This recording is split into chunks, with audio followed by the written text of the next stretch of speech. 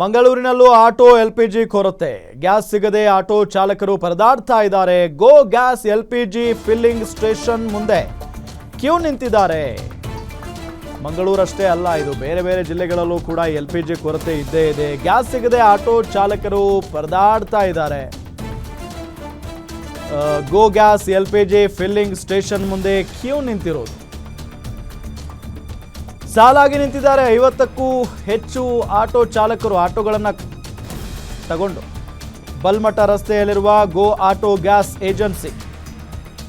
ಮಂಗಳೂರಿನಲ್ಲೂ ಕೂಡ auto LPG ಕೊರತೆ ಉಂಟಾಗಿರುವುದು. ಈಗಾಗಲೇ ನಾವು ಹಲವು ಜಿಲ್ಲೆಗಳಲ್ಲಿ ಇದೇ ರೀತಿಯಾದಂಥ ಪರಿಸ್ಥಿತಿಯನ್ನು ನೋಡಿದ್ವಿ. ಧಾರವಾಡ, ಯಾದಗಿರಿ, ಶಿವಮೊಗ್ಗ ಜೊತೆಗೆ ಈಗ ಮಂಗಳೂರು. ಗೋ ಗ್ಯಾಸ್ ಎಲ್ಪಿಜಿ ಫಿಲ್ಲಿಂಗ್ ಸ್ಟೇಷನ್ ಮುಂದೆ ಕ್ಯೂ ನಿಂತಿದ್ದಾರೆ ನೋಡಿ. 50ಕ್ಕೂ ಹೆಚ್ಚು ಆಟೋಗಳಿದ್ದಾವೆ. ಬಲ್ಮಠ ರಸ್ತೆಯಲ್ಲಿರುವಂಥ ಗೋ ಆಟೋ ಗ್ಯಾಸ್ ಏಜೆನ್ಸಿ ಮುಂದೆ ಕ್ಯೂ ನಿಂತಿರೋದು. ಈ ಸಮಸ್ಯೆ ಯಾವಾಗ ಬಗೆಹರಿಯುತ್ತಪ್ಪ ಅಂತ ಹೇಳಿ ಪಾಪ ಆಟೋ ಚಾಲಕರು ಕೇಳ್ತಾ ಇದ್ದಾರೆ.